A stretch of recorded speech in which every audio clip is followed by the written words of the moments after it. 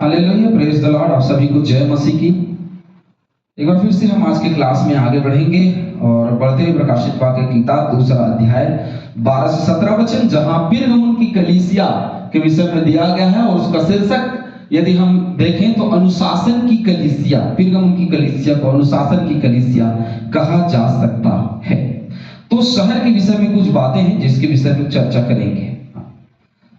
ये इफिसुस के उत्तर में जैसे स्मुरना की कलीसिया थी, वैसे ही इफिसुस के उत्तर में ये कलीसिया समुद्र से थोड़े दूर, क्योंकि ये समुद्र के किनारे, लेकिन ये समुद्र से थोड़े दूर में है, दूरी थोड़ी सी है, थोड़ी दूर में ये स्थित है। यहां बीच में एक दुर्ग था, एक राजनीतिक शान थी। यहां एक पहाड़ी भी, जो देखिए यहां एक दुर्ग का मतलब है कि इस समुद्र और इसके बीच में क्या है? दुर्ग है, पहाड़ियां हैं, है ना। पहाड़ियां अर्थात इन पहाड़ों को इसका शान भी कहा जा सकता है। और दुर्ग जो थी वो बहुत कठिन थी, पथरीली थी और समुद्र के रास्ते कभी भी पिरगमुन में हमला नहीं किया जा सकता था। इसको युद्ध की चुनौती नहीं दी जा सकती थी, बहुत स्पष्ट है। तो यह एशिया की राजधानी हुआ करता था। ये एशिया माइनर है और इसकी राजधानी है पिरगमुन। इफिसुस नगर नहीं, स्मुरना, पिरगमुन। इस पूरे एशिया माइनर का क्या है? ये क्या है? सब एशिया माइनर है।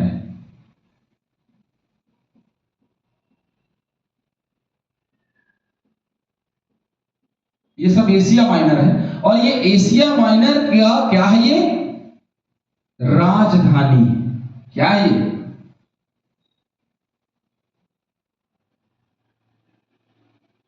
राजधानी। अब ये राजधानी अर्थात जैसे हमारे देश का दिल्ली है, ठीक वैसे ही एक राजधानी। और हमारे राज्य की बात करें छत्तीसगढ़ का, तो रायपुर राजधानी। तो ठीक वैसे ही ये पिरगमुन जो है वो एशिया माइनर की राजधानी। अब राजधानी है तो शानो शौकत तो जानते हैं, दिल्ली में जैसे शानो शौकत है वैसे ही यहाँ भी शानो शौकत है। और सबसे बड़ी चीज ये है, इसको राजधानी बनाने का सबसे बड़ा कारण ये था कि यहाँ दुर्ग है, यहाँ से कोई हमला नहीं कर सकता। तो यहाँ पहाड़ियां है, बहुत सुरक्षित जगह है, पथरीली है, बहुत कठिन है, क्योंकि इसके चारों ओर गहरी तराई भी है। एक गहरी तराई है जहां से चढ़ करके पिरगमुन में युद्ध करना बहुत कठिन बात है। इसलिए यहां सैलानी ज्यादा आते थे, क्योंकि चारों ओर तराइयां हैं तो आएंगे, एक अच्छा नजारा होगा, झीलें होंगी तो अच्छा नजारा होगा, पहाड़ी हैं तो अच्छा नजारा होगा। और अच्छे नजारों की वजह से यहाँ बहुत सारे सैलानी आया करते थे। पिरगमुन की आबादी उस समय लगभग 1.60 लाख, मतलब 1,60,000 थी। उन दिनों में दुनिया का सबसे बड़ा पुस्तकालय पिरगमुन में पाया जाता था। क्या है? सबसे बड़ा पुस्तकालय पिरगमुन में पाया जाता था, जहां पर 2 लाख हस्तलिखित पुस्तकें थी। उन दिनों में 2 लाख हाथों से लिखी हुई पुस्तक। पौलुस के दिनों में, यीशु के दिनों में पिरगमुन में सबसे बड़ी बात यह है कि बड़ी पुस्तकालय के साथ 2.5 लाख पुस्तकें, 2 लाख पुस्तकें जो है वो हस्तलिखी, हाथों से लिखी, क्योंकि उन दिनों में हाथों से ही लिखा जाता था, टाइप नहीं होता था, छप करके नहीं आता था, परंतु हाथों से लिखा जाता था। उस समय तक प्रिंटिंग प्रेस का आविष्कार हुआ नहीं था। पुस्तकों विद्वानों के द्वारा हाथ से लिखी जाती थी। उस समय तक कागज का आविष्कार नहीं हुआ था, कागज का भी आविष्कार नहीं हुआ था, तो किससे लिखेंगे? उन दिनों में लिखने के लिए पेड़ों की छाल का उपयोग होता था, जिसे स्क्रोल्स कहते हैं। स्क्रोल्स के द्वारा पुस्तकें लिखी जाती थी, जो बहुत बड़ी हो जाती थी, मोटी होती थी। अब उसमें लिख रहे हैं पुस्तक। पिरगमुन में एक और प्रयोग हुआ था और वहां मार्चमेंट का आविष्कार किया गया था। मार्चमेंट कागज के समान ही होता था और यह जानवरों की सूखी त्वचा से पतली त्वचा काट कर उसको पतली कर दी जाती थी, त्वचा से बनता था। इस कारण लिखा जा सकता था, इस पर चित्र बनाए जा सकते थे। बहुत से लेखकों ने इतिहास को लिखने में इसी पर्चमेंट पेपर का उपयोग किया था। देखिए पहले तो स्क्रोल्स चलता था, उसके बाद में मार्चमेंट आया। पेरगमुन और मार्चमेंट का अर्थ ग्रीक भाषा में एक ही है। पेरगमुन और मार्चमेंट दोनों यदि ग्रीक भाषा में पढ़े तो पेरगमुन और मार्चमेंट दोनों का सेम, क्योंकि उसने आविष्कार किया था इसलिए उसका नाम मार्चमेंट दिया, अपने नाम से मिलता जुलता आविष्कार यही हुआ था इसलिए इसका नाम ये दे दिया। परंतु इससे भी प्रमुख बात जो है वह यह है कि यहाँ पर 4 सबसे प्रमुख मंदिर थे। अब उन 4 मंदिरों के विषय में हम थोड़ी देर के बाद देखेंगे कि वो 4 प्रमुख मंदिर क्यों थे और क्यों थे, क्योंकि राजधानी है वहां 4 मंदिर है। यहाँ तो भैया एक एक मंदिर में बुरा हाल है, इन कलीसियाओं का यहाँ 4 मंदिर है भैया। अब इन 4 मंदिरों में क्या हो रहा होगा उनका हाल आप समझ सकते हैं। शहर का इतिहास, ये शहर 8 ईसा पूर्व पहले बसाया गया। इसका विकास सिकंदर महान की मृत्यु के बाद हुआ। सिकंदर महान की जब मृत्यु हो गई उसके बाद इसका पूरा विकास हुआ। एक जनरल को सिकंदर लाइसीमाकस नाम का एक सिकंदर जनरल है, उसको एशिया माइनर का पश्चिमी भाग मिल गया तो उसको विशाल खजाना मिल गया। क्यों मिल गया? क्योंकि यहाँ मंदिरें हैं, यहाँ खाइयां हैं, यहाँ पहाड़े हैं और यहाँ बहुत सारे सैलानी भी आते हैं, तो बहुत सारी चीजें हैं, बहुत सारा चढ़ावा है और बहुत सारी चीज, इसलिए उसको खजाना मिल गया। उसने उसको पेरगमुन में रखा। क्यों? क्योंकि इसको खजाना मिला। अब ये सबसे सुरक्षित जगह है, पहाड़ों से घिरा हुआ है चारों तरफ से। यहाँ दुर्ग है जो बहुत पथरीली है, कठिन है, यहाँ हमला नहीं हो सकता। गहरी तराइयां भी हैं तो यहाँ हमला नहीं हो सकता, इसलिए यहाँ उसने उस खजाने को रखा। फिलिप उस नाम के एक खोजे को उसका क्या कर दिया, इंचार्ज बना दिया गया। किसने बनाया? लाइसीमाकस ने बना दिया। फिर तो 8 अध्याय पढ़ेंगे तो 281 ईसा पूर्व में लाइसीमाकस एक युद्ध में मारा गया। पूरा अधिकार फिलिपुस के पास आ गया तो उसने खजाने में से नगर को खूबसूरत बनाया। अब ये खजाना जो रखा हुआ था पेरगमुन में, उसमें इसने पूरे नगर को इतना खूबसूरत बना दिया, इतना सुंदर बना दिया कि वहां और भी लोग, सैलानी लोग आने लगे। उसने खजाने में से नगर को खूबसूरत बनाया और उसको दूसरे शहरों से सड़क बनाकर जोड़ा। अब क्या है कि पहले तो नगर में ही सड़क हुआ करती थी, क्योंकि स्मुरना में अंदर सड़क, लेकिन अब यहां से यहां तक सड़क, सोचिए, और जो नगर है सड़क जुड़ा हुआ है। इसने क्या किया? नगरों को सड़कों से जोड़ दिया। किसको? पेरगमुन को सड़क बनाया। पहले नगर के अंदर, अब नगर के बाहर भी सड़क बना करके जोड़ दिया, ताकि क्या हो, आने जाने में किसी प्रकार की कठिनाइयां किसी को ना हो। नगर का व्यापारिक, राजनीतिक और आर्थिक विकास हुआ, क्योंकि सड़क बनाई जाती है जब, क्योंकि आप देखिए जब सड़क चौड़ा किया जाता है तो वहां पे राजनीतिक रूप से, व्यापारिक रूप से, आर्थिक रूप से विकास होने लगता है। तो वैसे ही जब सड़क बनाया गया तो विकास जरूर था कि पेरगमुन का विकास हो, और हुआ। 263 ईसा पूर्व में फिलिपुस की मृत्यु हो गई तो दत्तक पुत्र भतीजा जो था यूमेनेस अधिकारी बना। उसको नगर के विकास या दूसरे कार्यों में रुचि बिल्कुल नहीं थी और 241 ईसा पूर्व में वो मर गया और अटोलस प्रथम नगर का अधिकारी बना। इस काल में समस्याएं खड़ी हो चुकी थी। एक क्षेत्रीय जनजाति थी कॉल्स, चारों तरफ से हमले करती थी। लड़ाकू लोग थे लोग और बर्बर होते थे, जबरदस्ती ये लोग युद्ध करते थे और बड़े ही ताकतवर होते थे। और अटोलस ने युद्ध किया और जय प्राप्त की। इन लोगों को उसने खत्म कर दिया, नष्ट कर दिया और जय प्राप्त की। युद्ध जो हुआ उसमें रोम से मदद लेनी पड़ी, तब जीता तो दोनों में मित्रता बढ़ गई। अब एक बार फिर से रोम की बात हम सुन रहे हैं, यहाँ भी रोम वहां भी रोम, तो रोम से मित्रता बढ़ाई गई और बढ़ गई। तो देखते हैं क्या होता है। उसके बाद हम देखते हैं रोम की लड़ाई पूर्व से हुई। उस समय 18 एंटिओकस राजा का राज्य था। एंटिओकस राजा का राज्य था उन दिनों में। रोम ने जिसको हराया। एंटिओकस के रोम का जो कब्जा है हम देखते हैं, है ना। तो रोम पर उसका कब्जा हो गया। तो रोम ने पेरगमुन से इनका देख रेख करने को कहा। अब जब सारी चीजें हो गई, पूर्वी देशों से युद्ध हुआ और पूर्वी देशों से युद्ध होने के बाद में इन्होंने वो पूर्वी देशों को जीत लिया, सूरिया यहाँ कहीं, तो सूरिया को जीत लिया। तो पिरगमुन को बोला कि भैया, रोम ने पिरगमुन को बोला कि भैया एक काम करो, सूरिया में तुम क्या करो, अपना अधिकार करो, उसकी देख रेख करो, क्योंकि उसने जीत लिया था। तो इस प्रकार से इसका इतिहास हम देखते हैं। पुस्तकालय के विषय में हम देखेंगे कि यहाँ किस प्रकार से पुस्तकालय थी। पुस्तकालय के विषय में हम बाद में देखेंगे। पहले यहाँ हम 4 मंदिर है, उन 4 मंदिरों के विषय में देखते हैं। कैसर का मंदिर, उन दिनों में रोमी साम्राज्य में धर्म और राज्य को अलग अलग नहीं किया गया था, किया जा सकता था।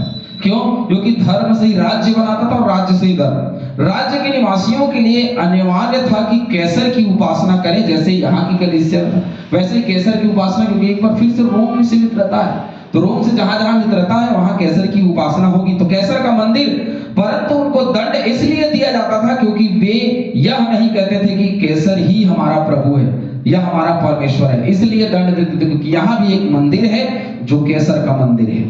दूसरा मंदिर डायनोसियस का मंदिर, उन दिनों में भोग विलास के देवता की उपासना की जाती थी, क्योंकि ये व्यापारिक नगर, राजनीतिक नगर, आर्थिक नगर है, तो यहाँ व्यभिचार की पूजा होगी, यहाँ पे भोग विलास की बातें होंगी। जिसका नाम डायनोसियस था, वह खाने पीने का देवता हुआ करता था, खाने पीने की चीजें, भोग विलास की चीजें उसका देवता, इसलिए उसका मंदिर बनाया गया।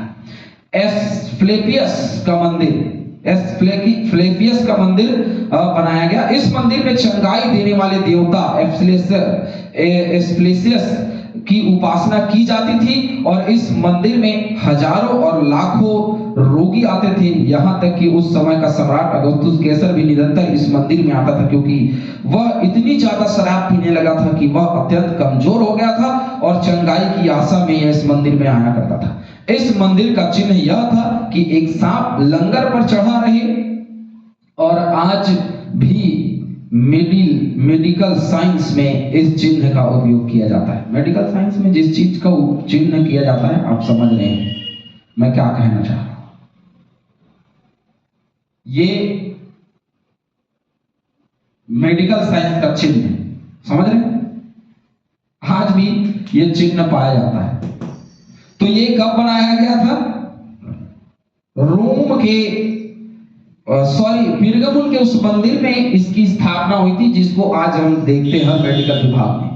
अत्यंत कमजोर हो गया था और चंगाई की आशा में वहां जाया करता था, इसलिए आज मेडिकल साइंस भी इस चिन्ह का उपयोग चंगाई के लिए, अर्थात मेडिकल के लिए करती है। चौथी जो मंदिर है, अथेना का मंदिर। अथेना देवी ज्ञान और कला की देवी थी। देखिए, चलिए मैं 4 मंदिर के विषय में लिख रहा हूं इस स्थान में। कैसर का मंदिर, ये क्या था? उपासना किसकी? राजा की उपासना। दूसरा जो मंदिर है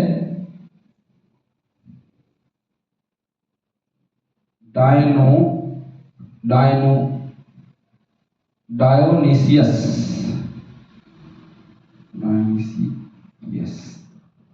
तो डायोनिसियस का यह मंदिर था जो भोग विलास, क्या है?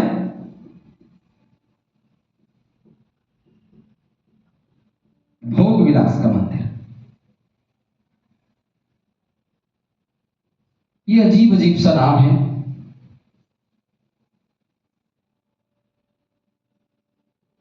एस्क्लेसियस,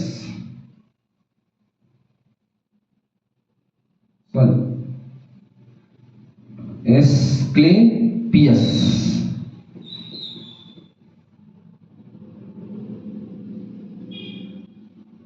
ये जो मंदिर है वो चंगाई।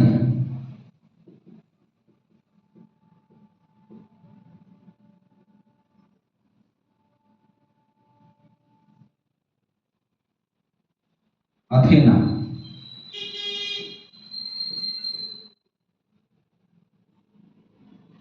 ज्ञान और कला।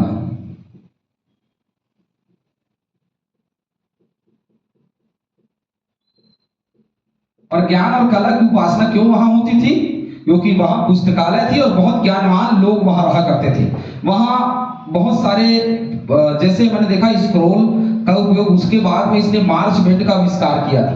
तो यहाँ लिखने वाले या यहाँ पढ़ने वाले लोग बहुत होते थे, ज्ञानी लोग बहुत होते थे, इसलिए ज्ञान और कला की देवी अथेना की उपासना इस स्थान में होती थी। तो ये 4 मंदिर हमने देखे जो वहां स्थापित की गई थी।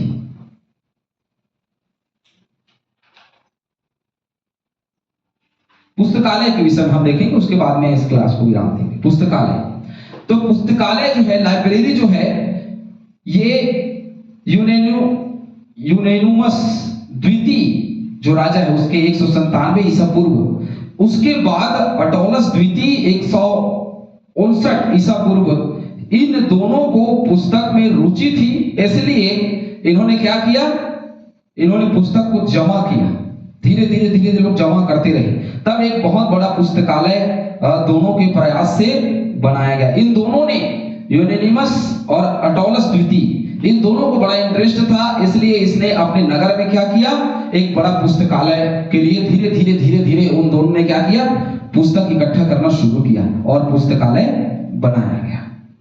लगभग 2 लाख यहाँ पे किताबें, जैसे हमने देखा 2 लाख किताबें थी। इस काल में मिस्र के सिकंदरिया में टोलेमी ने एक पुस्तकालय बनवाया था। दोनों में कड़ी प्रतिस्पर्धा होती थी। मिस्र में भी एक पुस्तकालय जो है वो बनाया गया था, तो दोनों पुस्तकालय में बड़ी प्रतिस्पर्धा होती थी। नील नदी में उसके किनारों पर एक सरकंडा, मोटी घास होती है, सरकंडा लेकर चुसाया, समझ रहे, यीशु को सरकंडा लेकर चुसाया। तो सरकंडा एक मोटी घास, उसको सड़ाकर उसकी लुगदी बनाकर, अर्थात उसको सड़ाते थे और मिट्टी जैसा उसको बना करके, उस घास को मिट्टी जैसा बना करके कागज के समान पत्री बनाया करते थे, जिसको बोलते थे पपायरस। तो पपायरस उसी में लिखा जाता था, पुस्तकें पपायरस पर लिखी जाती थी। देखिए अभी भी आप नेट में जाकर सर्च करेंगे पपायरस करके, जब डालेंगे पपायरस की पुस्तक या पपायरस क्या है, सर्च जब करेंगे तो वो आता है कि पपायरस क्या है। तो पपायरस पर लिखी जाती थी और यह स्क्रोल में लिखी जाती थी। पिरगमुन को पपायरस मिस्र से मिलता था। पिरगमुन को पपायरस कहां से मिलता था, मिस्र से मिलता था। तो मिस्र मिलता था तो टोलोनी ने पपायरस का निर्यात बंद कर दिया। क्यों? क्योंकि यहाँ भी पुस्तकालय है और मिस्र में भी, तो उसने बंद कर दिया कि वहां ना लिखा जाए, हमारे यहाँ लिखा जाए, हमारी पुस्तकालय बड़ी हो, पुस्तकालय जो है वो बड़ी हो जाए, और उसने रोक दिया। तो अब कुछ ना कुछ उपाय तो करना था। बिरगमुन उसका मकसद था कि वहां का पुस्तकालय बंद हो जाए और यहाँ मेमस हो जाए, यहाँ जो है वो क्या हो जाए, ये जो है वो बड़ा हो जाए, मिस्र का जो पुस्तकालय वो बड़ा जाए, इसलिए उसने रोक दिया। तो उसने क्या किया, जानवरों की खालों को पतला करके उन्होंने क्या किया, लिखना शुरू किया। और स्क्रूल से यहाँ बड़ी अच्छी लिखाई होती थी, चित्र भी बनाया जा सकता था, बहुत सारी चीजें जो है वो की जा सकती थी, जिसको हमने मार्चमेंट कहा, मार्चमेंट का आविष्कार। तो उसका आविष्कार यहाँ इसलिए हुआ क्योंकि मिस्र ने क्या किया, पपायरस देना बंद कर दिया। इन्होंने स्क्रूल बनाया, स्क्रूल के बाद में इन्होंने क्या बनाया, स्क्रूल के बाद में इन्होंने पेड़ों की छाल, स्क्रोल्स, उससे इन्होंने मार्चमेंट बनाया ताकि लिखने में, चित्र बनाने में बड़ी आसानी हो, और आविष्कार करके इन्होंने लिखना चालू किया, आरंभ किया। और इस प्रकार से हम देखते हैं कि पिरगमुन में एक बड़ा पुस्तकालय जो है वो बनाया गया और उस पुस्तकालय में 2 लाख किताबें थी। तो ये थी ये नगर के विषय में कुछ बातें, और नगर का और आगे हम देखेंगे, नगर का धर्म, नगर का चरित्र और क्या चीजें हैं। उसके बाद में 2 बातें और आगे देख कर उसके बाद हम क्लास में आगे बढ़ेंगे। प्रभु आप सभी को आशीष दे, आमीन, हालेलुया। चैनल को लाइक करें, सब्सक्राइब करें, शेयर करें।